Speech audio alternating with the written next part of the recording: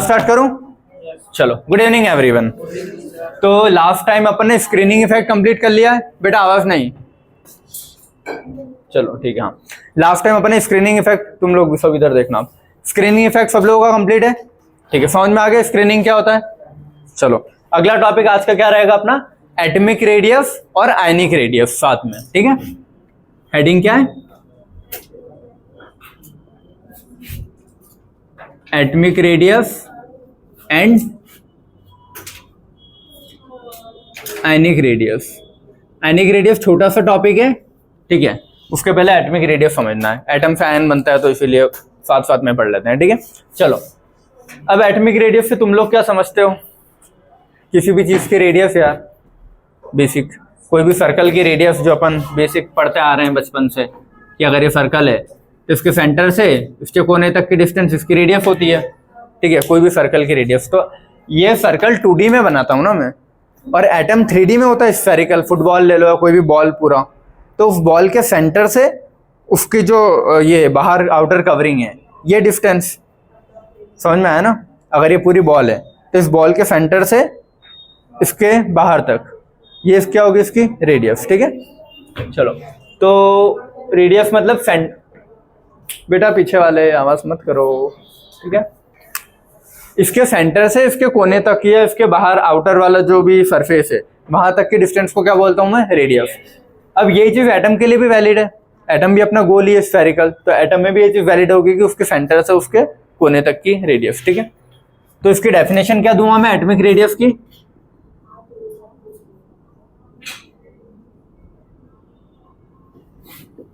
क्या लिखूं, the distance from the centre of nucleus. साथ साथ में लिखते जाओ बेटा, है ना।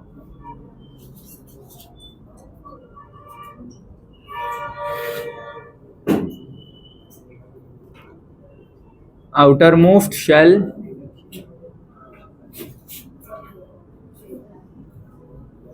इन विच इलेक्ट्रॉन इज प्रेजेंट। कोई डाउट? देखो एटॉमिक रेडियस की डेफिनेशन लिखी है। चलो इधर देखो सारे ना, एटॉमिक रेडियस की डेफिनेशन यही दूंगा ना, the distance from the centre of nucleus, nucleus के सेंटर से आउटर मोस्ट शेल जिसमें इलेक्ट्रॉन प्रेजेंट है। मान लो कोई थर्ड पीरियड का, तो उसकी तीसरी रिंग में इलेक्ट्रॉन प्रेजेंट होगा ना लास्ट, तो वहां से लेके उसके सेंटर तक का, न्यूक्लियस के सेंटर तक का। किसी में अगर मान लो छठे पीरियड का है तो उसमें 6 रिंग्स होती है, तो छठी रिंग में जो इलेक्ट्रॉन है वहां से लेके उस न्यूक्लियस के सेंटर तक का, इसको क्या बोलूंगा मैं, एटॉमिक रेडियस। क्लियर हुआ? एटॉमिक रेडियस क्या होता है, बहुत जरा सी चीज है, बेसिक सी। अब दो एटम मिलके आए, दो या दो से ज्यादा एटम मिलके क्या बनाते हैं, मॉलिक्यूल। ठीक है, अब वो मॉलिक्यूल बनाने के लिए कुछ कंडीशंस होती है। देखो फॉर एग्जांपल मैं बोल रहा हूँ कि दो एटम को मॉलिक्यूल बनाना है, तो एटम कुछ कंडीशन सेटिस्फाई करेगा तभी वो मॉलिक्यूल बनाएगा। और वो कंडीशंस क्या होती है, कोई भी मॉलिक्यूल क्यों बनाएगा यार बताओ।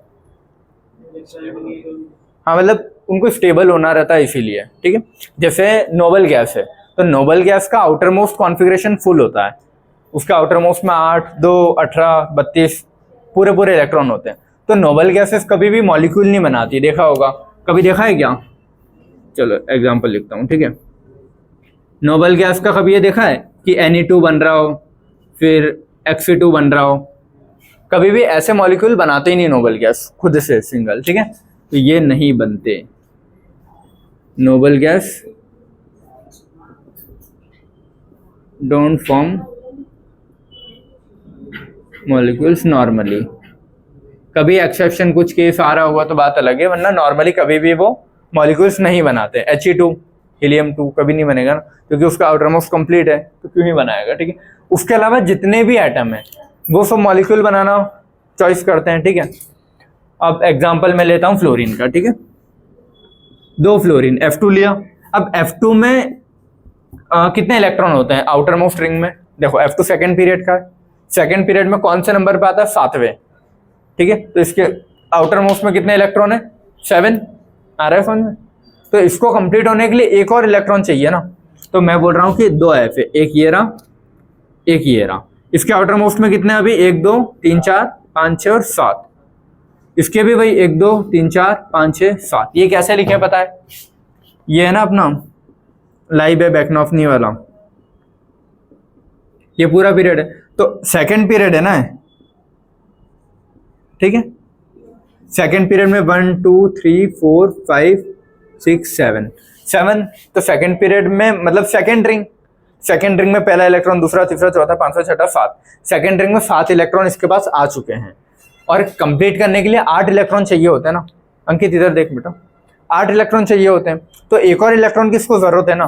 तो सामने ऐसा मॉलिक्यूल ढूंढेगा जो इसको या तो एक इलेक्ट्रॉन दे दे पूरा कंप्लीटली, या फिर इसके साथ एक इलेक्ट्रॉन शेयर कर ले, ठीक है। तो इसने सबसे बेस्ट एक और फ्लोरीन को ढूंढा। अब इसने क्या बोला, इसके पास 7 इलेक्ट्रॉन है, तो दोनों आपस में बात करते हैं कि नहीं, दोनों को एक एक इलेक्ट्रॉन की जरूरत है, तो दोनों अपने अपने एक एक इलेक्ट्रॉन बीच में रखते हैं। तो दोनों ने क्या किया, अपने एक एक इलेक्ट्रॉन गायब करके कहाँ रखे, बीच में। ये वाला इसका, ये वाला इसका, और बोला कि ये दोनों यूज कर लेते हैं। तो जब ये दोनों इसके हिस्से में भी आ रहे हैं और इसके हिस्से में भी आ रहे हैं, तो इसके पास टोटल अब कितने हो गए, 1 2 3 4 5 6 7 8। बोला ना दोनों यूज कर लेंगे, 1 2 3 4 5 6 7 8 इसके हिस्से में भी आ रहे हैं, ठीक है। तो जब दोनों के हिस्से में अगर ये आ रहे हैं तो ओवरलैपिंग होगी ना, थोड़ी बहुत, समझ में आ रहा है ना, ओवरलैप होंगी चीजें, दोनों ही खींचना चाह रहे हैं इलेक्ट्रॉन को, ठीक है। अब ये चीज एक दूसरे मॉलिक्यूल होते हैं, ठीक है। फॉर एग्जांपल HF लेते हैं, ठीक है। HF में क्या हुआ, हाइड्रोजन के पास कितने इलेक्ट्रॉन, 1। फ्लोरीन के पास कितने, 1 2 3 4 5 6 7। फ्लोरीन को चाहिए एक और इलेक्ट्रॉन, हाइड्रोजन को भी चाहिए एक और इलेक्ट्रॉन, ठीक है। तो हाइड्रोजन बहुत बार मतलब फ्लोरीन की इलेक्ट्रोनेगेटिविटी ज्यादा है ना, तो वो क्या करता है, इससे अपना इलेक्ट्रॉन खींच लेगा, ठीक है। तो इसने क्या किया, पूरा के पूरा इलेक्ट्रॉन उस साइड खींच लिया। ये वाला जो हाइड्रोजन था, ये फ्लोरीन था, तो ये पूरा खींच के क्या बन जाएगा, H+ और F-।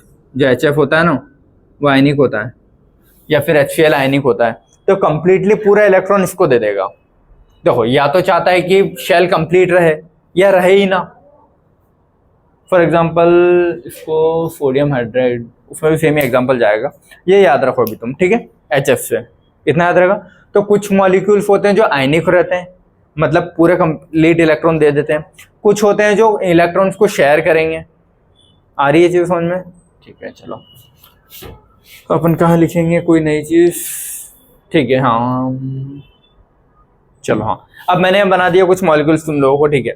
अब अपन क्या पढ़ रहे हैं, एटॉमिक रेडियस। एक नॉर्मल सिंगल एटम की रेडियस तो ये रही, अब मॉलिक्यूल की रेडियस कैसे देखते हो, ठीक है। मॉलिक्यूल की रेडियस कैसे देखोगे, मॉलिक्यूल बनेगा कैसे, पहले तो ये डिपेंड होना चाहिए कि मॉलिक्यूल कोवेलेंट से बन रहा है, आयनिक से बन रहा है, या फिर बस ऐसे ही रखे हैं दो मॉलिक्यूल दूर दूर और फोर्स ऑफ अट्रैक्शन फील कर रहे हैं। तो ये 3 टाइप हो सकते हैं, ठीक है। मॉलिक्यूल रेडियस, तो मॉलिक्यूल 3 टाइप के हो सकते हैं, ठीक है। पहला कैसा होगा, कोवेलेंट। दूसरा कैसा हो सकता है, आयनिक, या फिर इसका अदर नेम भी होता है ना, इलेक्ट्रोवेलेंट, या फिर इसको बोलते हैं मेटेलिक, या फिर इसको बोलते हैं क्रिस्टलिक। 4 नाम है जिसमें से इलेक्ट्रोवेलेंट मोस्टली क्वेश्चन में यूज होगा, ठीक है। आयनिक का अदर नेम क्या है, इलेक्ट्रोवेलेंट। और तीसरा क्या हो सकता है, वैन डर वाल।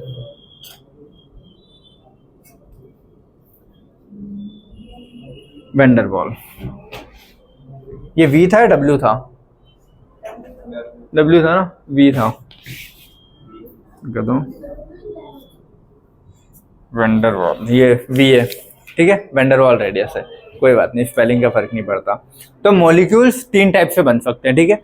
अगर ये एक एटम है, दूसरा एटम है, अगर इलेक्ट्रॉन दोनों बीच में रख के शेयर कर रहे हैं तो ओवरलैपिंग होगी, तो कौन सा रेडियस बनेगा, कोवेलेंट।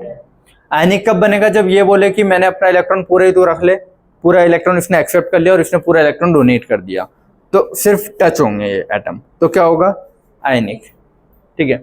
वैन डर वाल कब बनेगा, जब मान लो एक मॉलिक्यूल इधर रखा है, एक मॉलिक्यूल इधर रखा है, बस दोनों ही आपस में कंप्लीट हैं, बस फोर्स ऑफ अट्रैक्शन फील कर रहे हैं। क्यों, क्योंकि चार्ज दोनों के पास है, इसके पास भी न्यूक्लियस है, इसके पास भी न्यूक्लियस है, लेकिन जरूरत दोनों को नहीं है। तो दोनों बस ऐसे ही थोड़ा बहुत फोर्स ऑफ अट्रैक्शन फील कर रहे हैं। क्लियर हुआ? तो उसको क्या बोलेंगे? वैन डर वाल। ठीक है, तो अब रेडियस में तीनों के लिए अलग अलग डिफाइन करना पड़ेगा ना मुझे, क्योंकि तीनों अलग अलग तरीके से बन रहे हैं। ठीक है, तो इतना लिख लो फटाफट से, फिर अपन इन तीनों को एक साथ कैटेगराइज करके लिखते हैं। ये चीजें लिख लो यहाँ तक, पहले ये सारा लिखना है यहाँ तक, फिर ये चीज लिख लो। मॉलिक्यूल की रेडियस 3 टाइप से होगी। ठीक है, अच्छा ये चीज पता है एटॉमिक रेडियस आयनिक किस में नापते हैं? जैसे अपन बोलते हैं सेंटीमीटर वेंटीमीटर, सेंटीमीटर में तो नहीं नापते हैं, कहीं में नापते हैं? हाँ, एमयू में तो वेट होता है यार, या तो एंगस्ट्रॉम में नापोगे या फिर न्यूक्लियस का होता है 10⁻⁻15 पिकोमीटर, याद रखना। एंगस्ट्रॉम नैनोमीटर, इसमें डिस्टेंस नापी जाती है। ये लिख लेना है ना, ये कोवेलेंट है, ये आयनिक है। चलो मिटाऊं, लिख लिया? सब लोगों ने लिख लिया ना?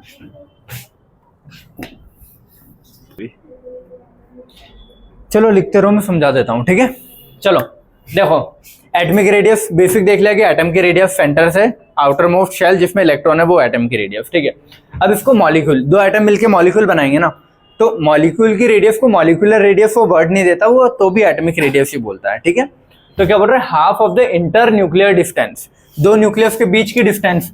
मान लो एक एटम ये है, एक एटम ये है, इसका न्यूक्लियस यहाँ होगा सेंटर में, इसका यहाँ होगा सेंटर में, तो दो न्यूक्लियस के बीच का डिस्टेंस सेंटर से, तो half of the inter nuclear distance. Inter nuclear distance ये है, इसका आधा क्या होगा? ये। ठीक है, तो half of the inter nuclear distance between the two atoms, दो एटम्स के बीच में, इन अ होमो एटमिक मॉलिक्यूल। होमो एटमिक का मतलब क्या हुआ? सेम एटम, या तो दोनों सेम, या तो दोनों हाइड्रोजन होंगे, दोनों फ्लोरीन होंगे, दोनों क्लोरीन होंगे, दोनों ऑक्सीजन होंगे। समझ गए? तो होमो एटमिक के एग्जाम्पल समझ गए क्या है? या तो O2, F2, H2, Cl2, ये सब कहीं के होमो एटमिक के एग्जाम्पल है। क्लियर हुआ है? ठीक है, is known of atomic radius. तो इस चीज को भी क्या बोल रहा है? Atomic radius. अगर मॉलिक्यूल में बात करेगा तो half of the internuclear distance, ये क्या? इंटरन्यूक्लियर डिस्टेंस है ना, यही है अपनी इंटर न्यूक्लियर डिस्टेंस, उसका आधा कर दिया मैंने ये। क्लियर है? तो half of the internuclear distance between the two atoms in homo atomic molecule is known of atomic radius. Clear है? इंटरन्यूक्लियर डिस्टेंस क्या होता है? Bond length.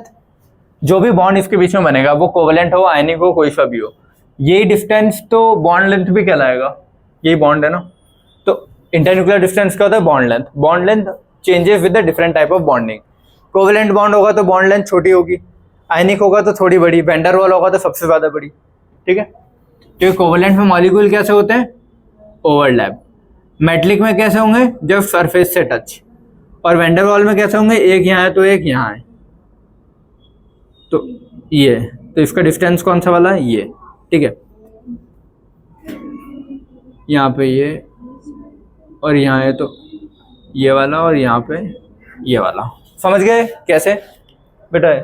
कोवेलेंट में ओवरलैपिंग होती है तो उसका रेडियस सबसे छोटा होगा इंटरन्यूक्लियर डिस्टेंस, और उसका आधा कर दिया तो इंटरन्यूक्लियर डिस्टेंस का आधा ये रहा। मेटलिक में इंटरन्यूक्लियर का आधा थोड़ा और बड़ा हो जाएगा।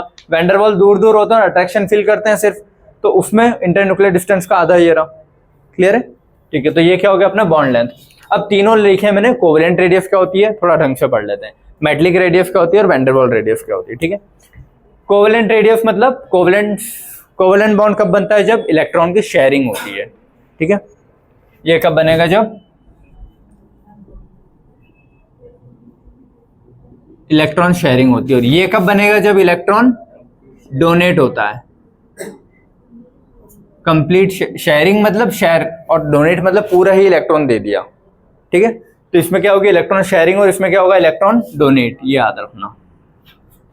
ठीक है, और उसमें कोई इलेक्ट्रॉन डोनेट वोनेट कुछ नहीं, सिर्फ attraction force only, attraction force. Clear हुआ? ठीक है,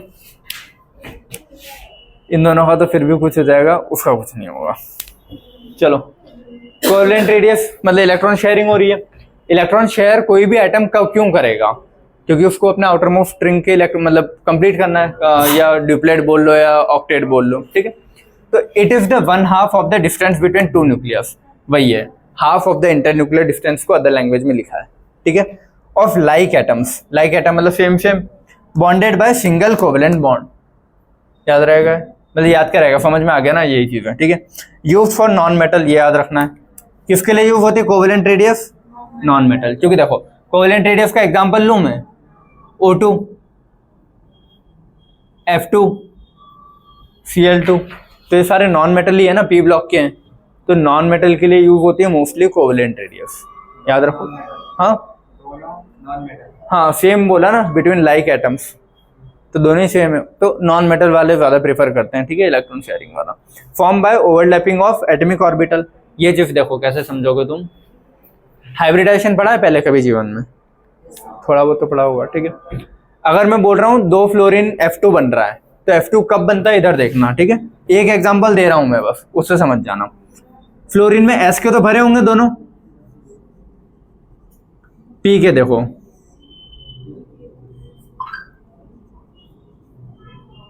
ये, ठीक है, ये एक फ्लोरीन का होगा ना, और दूसरे फ्लोरीन का कैसा होगा,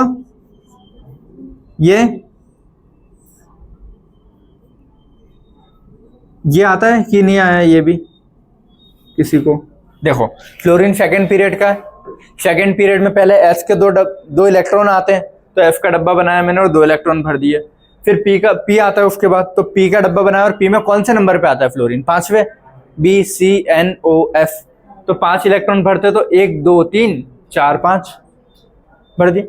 सेकंड सेम 2 फ्लोरीन लिए, अब मैं बोल रहा हूँ 2 फ्लोरीन को बॉन्ड बनाना है, क्योंकि दोनों को अपने अपने ये डब्बे कंप्लीट करने हैं, तो ये क्या करते हैं, ओवरलैपिंग होती है ना, एक के ऊपर एक रखना। मान लो अगर मेरा हाथ ट्रांसपेरेंट होता और इसमें एक इलेक्ट्रॉन रखा है, ये हाथ भी ट्रांसपेरेंट और इसमें एक इलेक्ट्रॉन रखा है, और दोनों को एक दूसरे के पीछे ऐसे रख दूं, तो तुमको सामने से तो ऐसे दिखेगा ना कि दोनों इलेक्ट्रॉन एक कांच में आ गए।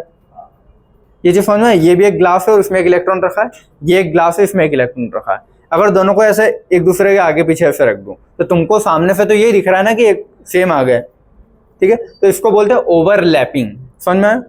तो एटम के ऑर्बिटल है ना, ये देखो, ये p सबशेल है, ये s सबशेल है, लेकिन p सबशेल में 3 ऑर्बिटल आते हैं, हर एक डब्बे को ऑर्बिटल बोलते हैं, तो ये एक एटम का ऑर्बिटल है, ये भी एक एटम का ऑर्बिटल है, तो ऑर्बिटल की ओवरलैपिंग होगी, मतलब ये जो है जस्ट इसके ऊपर ऐसा कैसा बैठ जाए, क्लियर हुआ। तो ये इलेक्ट्रॉन और ये इलेक्ट्रॉन तुमको एक डब्बे में दिखेंगे ना, मतलब शेयरिंग हुई कि ये इसके हिस्से में भी आ जाएगा और ये वाला इसके हिस्से में आ जाएगा। तो ये जो वर्ड लिखा है ना, ओवरलैपिंग ऑफ एटॉमिक ऑर्बिटल, समझ में आया कि बॉन्ड कैसे बनता है, एटॉमिक ऑर्बिटल की ओवरलैपिंग होती है, ठीक है, और शेयरिंग होती है इलेक्ट्रॉन की कि दोनों के हिस्से में आ जाते हैं फिर, ठीक है। ये internuclear distance is minimum in this case, इसमें सबसे कम डिस्टेंस बनेगी, क्यों, क्योंकि ओवरलैपिंग हो रही है ना, एक अगर ये है तो ओवरलैपिंग की वजह से ये डिस्टेंस कॉमन आ जाएगा ना, तो half of the internuclear distance, तो ये हो गया मेरा रेडियस, तो सबसे कम रेडियस इसी में बनेगा, ठीक है, मिनिमम, इतना याद रहेगा। अगला मेटेलिक रेडियस, मेटेलिक के क्या क्या नाम है, आयनिक रेडियस, इलेक्ट्रोवेलेंट रेडियस और क्रिस्टल रेडियस, जिसमें से इलेक्ट्रोवेलेंट वर्ड अधिकतर यूज होता है, ठीक है। मेटेलिक रेडियस है, मेटल मतलब एस ब्लॉक, ठीक है, एस ब्लॉक वाले के आउटर मोस्ट में पहली लाइन में 1 इलेक्ट्रॉन है, दूसरे में 2 है, तो एस ब्लॉक वाले तो खुद ही चाहते हैं ना इलेक्ट्रॉन किसी को दे दें, क्योंकि मान लो सोडियम ने 1 इलेक्ट्रॉन किसी को दे दिया तो वो कहाँ पहुंच जाएगा, मतलब नोबल गैस पे, मतलब उसका आउटर मोस्ट अब कंप्लीट हो गया, तो खुद ही चाह रहे हैं इलेक्ट्रॉन पूरे ही दे दे, कोई शेयरिंग वेयरिंग नहीं करना उनको, पूरे इलेक्ट्रॉन खुद देना चाहते हैं। तो मेटल या एस ब्लॉक वाले क्या करते हैं, इलेक्ट्रॉन दे रहे हैं पूरा, तो वो कौन सा रेडियस बनाएंगे, मेटेलिक रेडियस। फॉर एग्जाम्पल मैं अगर सोडियम हूँ, मैंने अपना एक इलेक्ट्रॉन दे दिया, तो अब मेरे ऊपर क्या चार्ज आ गया, पॉजिटिव। अब ये जो इलेक्ट्रॉन मैंने बाहर फेंका ना अपने अंदर से, इस इलेक्ट्रॉन को कोई ना कोई कैच करेगा सामने वाला, जो भी इलेक्ट्रोनेगेटिव एटम होगा, इलेक्ट्रोनेगेटिव मतलब एटम मतलब इलेक्ट्रॉन खींचना, तो जो भी सामने इलेक्ट्रोनेगेटिव एटम होगा, वो मैंने जो अपने अंदर से इलेक्ट्रॉन निकाल के फेंक दिया कि मेरे को नहीं चाहिए, उसको वो खींच लेगा, तो उसके ऊपर क्या चार्ज आ गया, नेगेटिव। मेरे ऊपर क्या चार्ज था, पॉजिटिव, तो मेरे ऊपर अगर पॉजिटिव चार्ज है तो मैं नेगेटिव वाले को अपने से दूर नहीं जाने दूंगा ना, वो इलेक्ट्रॉन लेके भाग नहीं सकता। अब अगर उसको मेरा इलेक्ट्रॉन रखना है तो उसको मेरे साथ यहीं बैठना पड़ेगा, ये चीज समझ में आई? क्योंकि मेरे ऊपर पॉजिटिव चार्ज है, उसके ऊपर नेगेटिव है, तो अट्रैक्शन तो होगा ना पॉजिटिव नेगेटिव का, तो उसको इलेक्ट्रॉन लेने के बाद यहीं बैठना पड़ेगा। यहीं बैठना पड़ेगा मतलब जस्ट पास में। क्लियर हुआ? तो इसका इंटरन्यूक्लियर डिस्टेंस कम ये है ना, तो कंपैरेटिव इससे तो बड़ा है, क्योंकि इसमें ओवरलैपिंग हो रही थी तो और छोटा हो जाएगा, इसमें ये वाला है। ठीक है, तो it is 1/2 of the distance between two nearest neighbouring atoms in metal crystal. ठीक है, there is no overlapping of atomic orbital, इसमें कोई ओवरलैपिंग नहीं हुई ना। इसमें क्या हो रहा है, ये तो फ्लोरीन का एग्जांपल है, चलो इसमें जो भी एग्जांपल होगा उसने क्या किया, पूरा के पूरा इलेक्ट्रॉन उठा के इसको दे दिया, तो ओवरलैपिंग तो नहीं हो रही ना कि ओवरलैप हो रहा है, नहीं, पूरा ही इलेक्ट्रॉन उसको दे दिया, इसने इलेक्ट्रॉन कैच कर लिया। अब इसके पास कमी हो गई तो पॉजिटिव चार्ज, इसके पास एक्स्ट्रा आ गया तो negative charge, positive negative attract करके साथ में ही रहते हैं हमेशा, तो इसीलिए ये वाली रेडियस बनेगी। ठीक है, तो यहाँ पे नो ओवरलैपिंग याद रहेगा। और ये काहे के लिए यूज होता है, मेटल्स के लिए, ये किसके लिए था, नॉन मेटल्स। क्लियर है?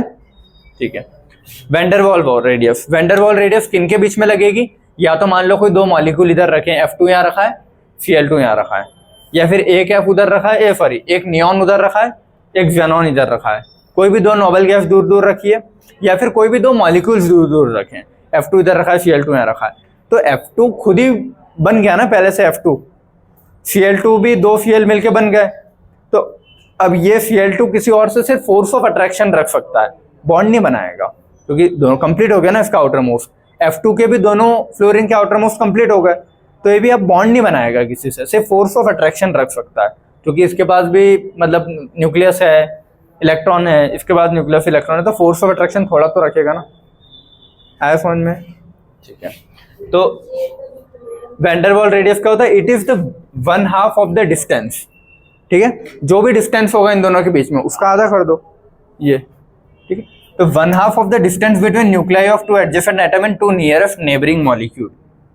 ये देखो, या तो नियरेस्ट नेबरिंग मॉलिक्यूल, कि मान लो मैंने बोल दिया एक F2 यहाँ रखा है, एक Cl2 यहाँ रखा है, ये ठीक है, तो इनके बीच का डिस्टेंस का आधा, तो सबसे ज्यादा बड़ी रेडियस तो यही होगी ना। ठीक है, those atoms like noble gas, और सबसे ज्यादा ये वाला रेडियस कौन शो करता है, नोबल गैसेस। तो those atom like noble gas which are not bonded with each other, किसी से कोई मतलब नहीं है, experience a weak attractive force. ये याद रखना, ये फोर्स कैसा होता है, सबसे वीकेस्ट होगा, क्योंकि प्योर बॉन्ड तो बन ही नहीं रहा ना कभी भी। ठीक है, weak attractive force to come nearer. ठीक है, inert gases have only van der Waals forces. Inert gas में सिर्फ और सिर्फ क्या लगता है, वैंडरवाल रेडियस होती है, मतलब ये क्लियर है इतना। तो बेसिक चीजें समझ गए थ्योरी वाली। हाँ कुछ, ये मेटल्स के बीच में क्यों? मेटल्स के बीच में क्यों होगा ऐसा? क्योंकि मेटल्स की प्रॉपर्टी है ना इलेक्ट्रॉन डोनेटिंग। नहीं है, देख मेटलिक रेडियस मेटल्स के बीच में क्यों होगा ऐसा? नहीं होता। एक मेटल होगा और उसके सामने भी मेटल होगा तो क्यों बना? हाँ नहीं, ऐसा नहीं होगा कि मेटल के सामने मेटल, मेटल के सामने ऐसी चीज आएगी। देख उसका एग्जांपल कैसे लेगा मेटल, नॉन मेटल्स कोवेलेंट होगा, ओवरलैपिंग होगा। देख हाइड्रोजन है और NH सोडियम हाइड्राइड है, चल इसको ऐसे ले ले, एक सोडियम है, एक हाइड्रोजन है। ठीक है, सोडियम मेटल है, हाइड्रोजन भले मेटल में नहीं आ रहा लेकिन S ब्लॉक के ऊपर रखा जाता है इधर। ठीक है, P ब्लॉक पे भी रखते हैं लेकिन हटाओ, अभी most of the modern periodic table में तो मैं S के ऊपर ही रखते हो। तो सोडियम चाहता ना कि इलेक्ट्रॉन दे दे और वो इलेक्ट्रॉन हाइड्रोजन कैच कर लेगा, तो इन दोनों के बीच में जो बॉन्ड बनेगा NaH, ये बॉन्ड आयनिक होगा ना, इसने ये भी आयन बना था Na+ और H- बन जाएगा, तो इसीलिए इसको या तो आयनिक बॉन्ड बोलूं, आयनिक बोलूंगा तो कंफ्यूजन नहीं रहेगा। देखो मैंने वो नहीं कह रहा, हाँ मेरा मतलब ये है कि बॉन्ड बनेगा। अच्छा, यूज्ड फॉर मेटल, ये देख यहाँ अगर नॉन मेटल लेता तो नॉन मेटल तो खुद ही चाह रहा है ना इलेक्ट्रॉन लेना, तो वो नहीं बनाएगा ना। मेरा कहने का मतलब है एक मेटल होगा, हाँ एक नॉन मेटल। हाँ हाँ, एक मेटल होगा एक नॉन मेटल, लेकिन कैसे समझाएंगे? नॉन मेटल सही है, ये मोस्टली नॉन मेटल के लिए यूज होगा, ये मोस्टली मेटल्स के लिए यूज होगा। अब उसमें सामने वाला ऐसा होना चाहिए जो इलेक्ट्रॉन एक्सेप्टिंग हो, और इलेक्ट्रॉन एक्सेप्टिंग नॉन मेटल ही होते हैं। लेकिन फिर भी अगर देखो, अगर क्या बोलते हैं, नाम अगर देना है तो मेटल का ही नाम दिया जाता है, क्योंकि वो इलेक्ट्रॉन को डोनेट कर रहा है। देख कुछ चीजें बुक में ऐसे ही है। अब इसमें भी नॉन मेटल, इसमें तो चल ठीक है, दोनों ही नॉन मेटल हो गए। इसमें एक मेटल होगा, एक इलेक्ट्रॉन डोनेट करने वाला होना चाहिए, सामने वाला एक्सेप्ट भी तो करे इलेक्ट्रॉन। तो इलेक्ट्रॉन एक्सेप्टिंग हमेशा नॉन मेटल ही होते हैं। तो एक मेटल एक नॉन मेटल, तो तुम नाम किसके बेसिस पे देते हो? मेटल के बेसिस पे ये नाम दिया गया है, ठीक है। लेकिन होंगे दोनों, एक मेटल होगा, लिख लिया, लिखना है तो एक मेटल होगा, एक नॉन मेटल होगा। नॉन मेटल हमेशा क्या करेंगे? इलेक्ट्रॉन एक्सेप्ट, और ये क्या करेगा? Electron donate. ये तो आयनिक बॉन्ड बनता है ना। आयनिक बॉन्ड को क्रिस्टल बॉन्ड भी बोलते हैं या फिर मेटलिक रेडियस बोलेंगे, मेटलिक बॉन्ड बोलेंगे। क्लियर हुआ है? नोट कर ले अगर लिखना है तो। इतनी सारी चीजें लिख ली बेसिक कुछ, ठीक है। अब ये मिटा दूं, ठीक है। इसी के अंदर फिर आगे कंटिन्यूएशन में कुछ लिखना है अपने को, ठीक है। तो मैं रब कर रहा हूं बाकी की स्पेस। ये जो गोले मार्क किए, अंडरलाइन किए हैं, कर लो तुम लोग भी अगर करना है तो। अब कोवेलेंट रेडियस कैसी होती है? ओवरलैपिंग से बनती है, ठीक है। मतलब एक अगर ये एटम है तो सेकंड वाला ऐसा जाएगा, इसका न्यूक्लियस से इसके न्यूक्लियस के बीच की इंटर, और ये वाला डिस्टेंस, ये होगा रेडियस इसका, ठीक है। तो इसमें एक कंडीशन आती है कि ये जो दो मॉलिक्यूल हैं ए और बी, ये होमो एटमिक भी हो सकते हैं, हेटेरो एटमिक भी हो सकते हैं। मतलब या तो दोनों ही ए है, ठीक है। तो पहली कंडीशन क्या लिखता हूं? फॉर होमो एटमिक मॉलिक्यूल, मतलब दोनों ही क्या है? ए है। क्लियर है? होमो एटमिक के लिए इसके रेडियस क्या लिखता हूं? Distance between A and A by 2, यही होगा ना। देखो अगर ये ए एटम है और ये दूसरा वाला एटम है ए, तो इनके बीच की इंटरन्यूक्लियर डिस्टेंस क्या होगी? DAA/2। ये आता है समझ में? ठीक है। Second condition, for hetero atomic molecule, इसका ये लिखोगे रेडियस ऑफ ए, ये है ना। रेडियस कितनी होगी ए और ए के बीच की? DAA/2। आया समझ में? ठीक है। हेटेरो एटमिक मतलब अलग अलग मॉलिक्यूल है, एक फ्लोरीन है तो एक दूसरा कुछ और होगा। तो पीरियोडिक टेबल में कुछ एलिमेंट ऐसे होते हैं जिनकी इलेक्ट्रोनेगेटिविटी सेम होती है। इलेक्ट्रोनेगेटिविटी मतलब इलेक्ट्रॉन खींचने की पावर, भले ही अलग अलग एटम है लेकिन इनकी इलेक्ट्रॉन खींचने की पावर सेम है, ठीक है। तो भले ही हेटेरो एटमिक है लेकिन उनकी पावर सेम है, मतलब दोनों ओवरलैपिंग बराबर करेंगे। ऐसा नहीं कि एक साइड ज्यादा खिंचाएगा एक साइड कम खिंचाएगा, ठीक है, बराबर ओवरलैपिंग जा रही है। तो हेटेरो एटमिक में पहला क्या आएगा?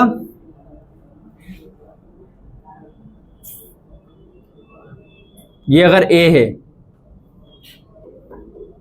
ये अगर B है, तो इसका डिस्टेंस बिटवीन AB क्या है? AB/2 equal to radius of RAB। ये आएगा होमो एटमिक के लिए। फॉर हेटेरो एटमिक में सेम के लिए अगर इलेक्ट्रोनेगेटिविटी क्या है? सेम है तो ठीक है। अब इलेक्ट्रोनेगेटिविटी अगर अलग है ना, कि इलेक्ट्रोनेगेटिविटी दोनों की अलग है, मतलब मान लो एक की इलेक्ट्रोनेगेटिविटी ज्यादा है एक की कम है, तो ये जो शेयर्ड पेयर है ये इसको ज्यादा खींच रहा होगा अपनी साइड, ठीक है। तो ये डिस्टेंस को गड़बड़ कर देगा ना अपनी, है एग्जैक्ट डिवाइड बाय 2 नहीं कर पाऊंगा मैं फिर। तो मैं उसको लिए एक फॉर्मूला लिखा गया है, वो क्या लिखा गया है? Radius of RAB equal to radius of A plus radius of B minus 0.07 XA minus XB का होल स्क्वायर। फिर इसी फॉर्मूले को थोड़े टाइम बाद एक दूसरा साइंटिस्ट आया था, उसने मॉडिफाई करके बोला कि नहीं एग्जैक्ट इतनी नहीं होगी, वो क्या होगी? RA plus RB minus 0.09 XA minus XB। उसने स्क्वायर हटा दिया और इसको बढ़ा दिया। क्लियर हुआ है? ये किसके लिए होगा? इलेक्ट्रोनेगेटिविटी डिफरेंट है अगर कोई एटम के लिए, तो हाँ नीचे वाला, हाँ मैं बता रहा हूँ, देखो आर ए बी है, ये ए है, ये बी है। अगर मान लो बी की इलेक्ट्रोनेगेटिविटी ज्यादा है तो जो दोनों ने बीच में कॉमन रखे थे ना शेयर करने के लिए इलेक्ट्रॉन, वो ये ज्यादा खींच लेगा अपनी साइड। तो ये जो बीच का डिस्टेंस में अभी तक आधा कर रहा था, इंटरन्यूक्लियर डिस्टेंस का आधा, वो अब नहीं हो पाएगा ना, क्योंकि या तो ज्यादा ओवरलैपिंग इसने कर ली अगर इलेक्ट्रोनेगेटिव ज्यादा है। तो अब मैं डिस्टेंस कैसे निकालूं? तो ये फॉर्मूला एक साइंटिस्ट लोगों ने निकाला है कि पहले आप क्या करो, इसके और इसके अलग से डिस्टेंस जोड़ लो, और उसमें से माइनस क्या करोगे, कितनी एक्स्ट्रा ओवरलैपिंग हो रही है वो माइनस करना है मेरे को। तो जो एक्स्ट्रा ओवरलैपिंग हो रही है वो कैसे पता करते हैं? एक्सपेरिमेंट से। और एक्सपेरिमेंट से एक वैल्यू आई थी 0.07। एक्स से एक्स भी क्या है? इलेक्ट्रोनेगेटिविटी है। ए की इलेक्ट्रोनेगेटिविटी कितनी है वो क्वेश्चन में देके रखता है हमेशा, बी की कितनी क्वेश्चन में देके रखेगा। इन दोनों का गैप है, माइनस कर लो और उस पर स्क्वायर मार दो, उसका डबल करना है। फिर एक दूसरा साइंटिस्ट आया थोड़े टाइम बाद, उसने बोला कि नहीं, इससे एग्जैक्ट नहीं आ रही है, एग्जैक्ट डिस्टेंस नहीं आ रही है, वो डिस्टेंस थोड़ी गलत जा रही है, एक्सपेरिमेंट और थ्योरेटिकल में गलत जा रही है। तो उसने उस फॉर्मूले को मॉडिफाई किया और क्या बोला कि उन दोनों डिस्टेंस को अपन जोड़ तो रहे हैं आर ए आर बी को, लेकिन उसमें से माइनस क्या करेंगे? 0.09 एक्स से माइनस एक्स बी, बस ये उसने बोला।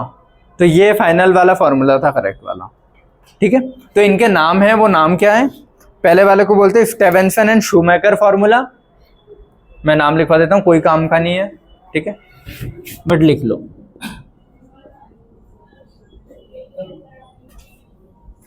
स्टेवेंसन एंड शूमेकर।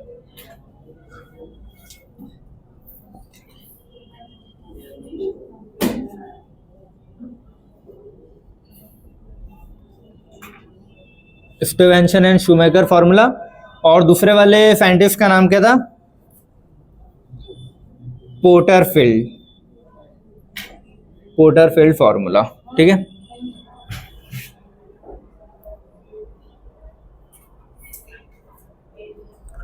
इसमें इलेक्ट्रोनेगेटिविटी सेम है, इसमें डिफरेंट है। लिख लिया है?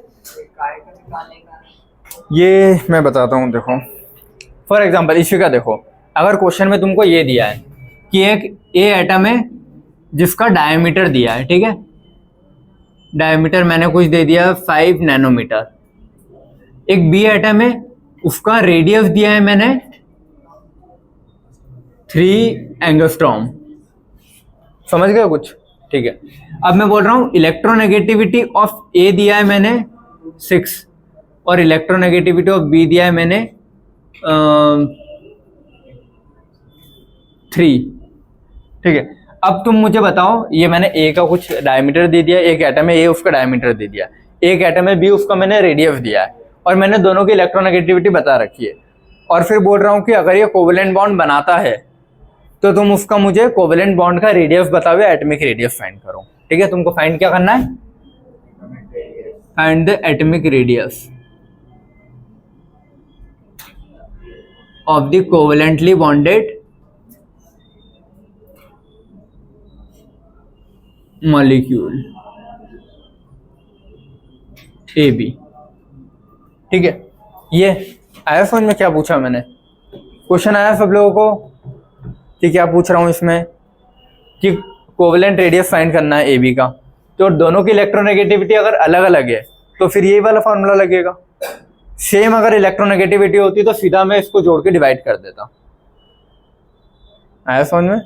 तो इसमें क्या करूंगा, इसका डायमीटर दिया तो रेडियस फाइंड करूंगा, ठीक है। इसका रेडियस दिया है लेकिन दोनों की यूनिट अलग है ना, तो या तो इसको नैनोमीटर में कन्वर्ट कर लूं या इसको एंगस्ट्रॉम में, ठीक है।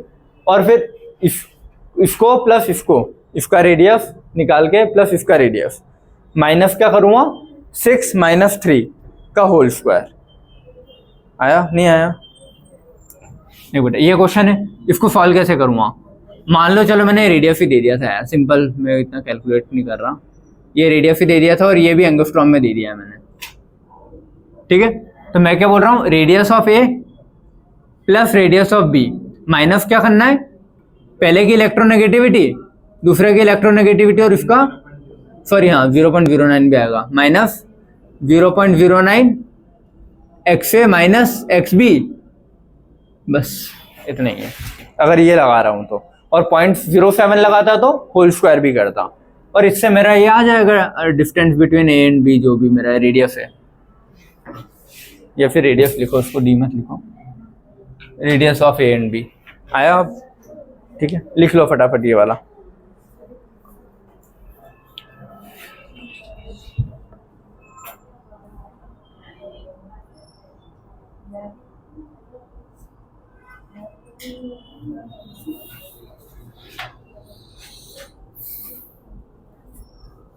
अच्छा मेटेलिक, चलो कुछ अगली चीज देख लो। मेटेलिक, मेटेलिक के लिए कैसे, एक एटम अगर ये है तो दूसरा एटम ऐसा रहता है, तो इसके डिस्टेंस में तो कोई दिक्कत ही नहीं है ना।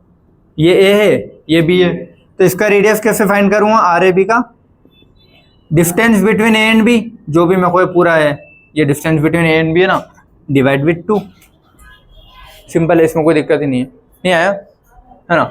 वैंडर वॉल में भी कोई दिक्कत नहीं। अगर मान लो एक मॉलिक्यूल ये है, ठीक है, दूसरा मॉलिक्यूल कोई ये है, तो इनके सेंटर से इसके सेंटर का डिस्टेंस जो भी होगा उसका आधा करना है मेरे को बस। तो इसमें भी भाई रेडियस अगर फाइंड करनी ए मॉलिक्यूल और बी मॉलिक्यूल के बीच में, अगर ये पूरा ए बोल रहा हूँ, इस पूरे को बी बोल रहा हूँ, ठीक है, तो आर बी क्या होगा, distance between A B by 2, आधा कर दूंगा ये इतना। क्लियर है? तो इन दोनों में कोई दिक्कत नहीं है, बस इसमें है वो भी कहाँ, अगर डिफरेंस इन इलेक्ट्रोनेगेटिविटी है तो, वरना इसमें भी यही सेम है। आया? ठीक है, चलो लिखो ये चीज़ें फटाफट जल्दी। अब कॉमन, ये टेबल यहाँ पे खत्म हो गई अपनी, ठीक है। अब कॉमन 3 या 4 पॉइंट लिखने हैं जो तीनों के कंपैरिजन के हैं। तो इधर देखो बेटा, अब 4 छोटे छोटे पॉइंट्स और हैं जो इन तीनों के कंपैरिजन के हैं, ठीक है। अब तुम लोग बताओगे मेरे को रेडियस किसकी सबसे ज्यादा होगी, वैंडरवाल रेडियस सबसे ज्यादा होगी, ठीक है। Van der Waals radius more than metallic more than covalent, ठीक है। अब ये हो गया रेडियस का। बॉन्ड स्ट्रेंथ, जो बॉन्ड बन रहा है ना, उनमें सबसे स्ट्रांग कौन सा होगा, ठीक है, कोवेलेंट बॉन्ड सबसे स्ट्रांग होगा। तो सेम चीज लिख के एरो उधर कर दूं मैं, समझ जाओगे ना कि कोवेलेंट वाला बॉन्ड सबसे स्ट्रांग है। फिर मेटेलिक बॉन्ड, ये बॉन्ड लिख लूँ है ना, कोवेलेंट बॉन्ड, ये रेडियस था, ठीक है, मेटेलिक रेडियस बॉन्ड और वैंडरवाल बॉन्ड, ठीक है। क्लियर है? ठीक है। अब एक और पॉइंट वो पूछता है, तीसरा, ये पहला हो गया, दूसरा कि सबसे छोटा कौन है, कोवेलेंट रेडियस, सबसे बड़ा कौन है, वैंडरवाल रेडियस। तो कोवेलेंट का जब डबल करूँगा ना, तो अप्रॉक्स में वो वैंडरवाल के आता है। ये सबसे छोटा है, ये सबसे बड़ा है, तो इसका जब डबल कर दूंगा प्लस ये, ठीक है, तो ये इसको ऐसे लिखते हैं 2 into covalent radius. Covalent radius का अगर डबल करता हूं तो वो किसके बराबर आएगा, अप्रॉक्स में ना, थोड़ा सा सिमिलर वैंडरवाल रेडियस के। क्या हो गया, कोई डाउट? ये 3 पॉइंट लिखो। और चौथा पॉइंट है नॉन मेटल सॉलिड जो होता है, क्या है ये पॉइंट अगर आता है नॉन मेटल सॉलिड, तो उसमें कौन कौन से बॉन्ड होते हैं, कोवेलेंट एंड वैंडरवाल।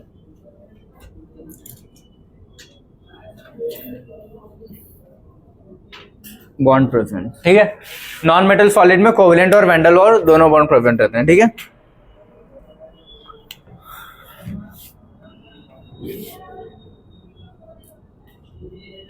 बोथ एग्जिस्ट या फिर प्रेजेंट, दोनों ही होते हैं, याद रखना। नॉन मेटल सॉलिड में दोनों होंगे, एक नहीं, ठीक है। और इनर्ट गैस में सिर्फ और सिर्फ क्या होगा, इनर्ट गैस में ओनली वैंडरवाल,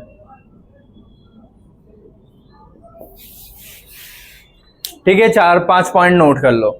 रेडियस सबसे ज्यादा ये, फिर मेटेलिक, फिर कोवेलेंट। स्ट्रेंथ की बात करूँगा तो कोवेलेंट सबसे स्ट्रांग, फिर मेटेलिक, फिर वैंडरवाल।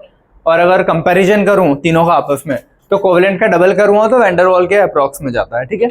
और नॉन मेटल सॉलिड जो होते हैं वो कोवेलेंट भी होता है उनमें और वैंडरवाल भी होता है, और इनर्ट गैस में सिर्फ और सिर्फ वैंडरवाल होता है, ठीक है। चलो ये मिटा रहा हूँ ना, ऊपर का खा रहा हूँ, ये लिख लिया था ना सर।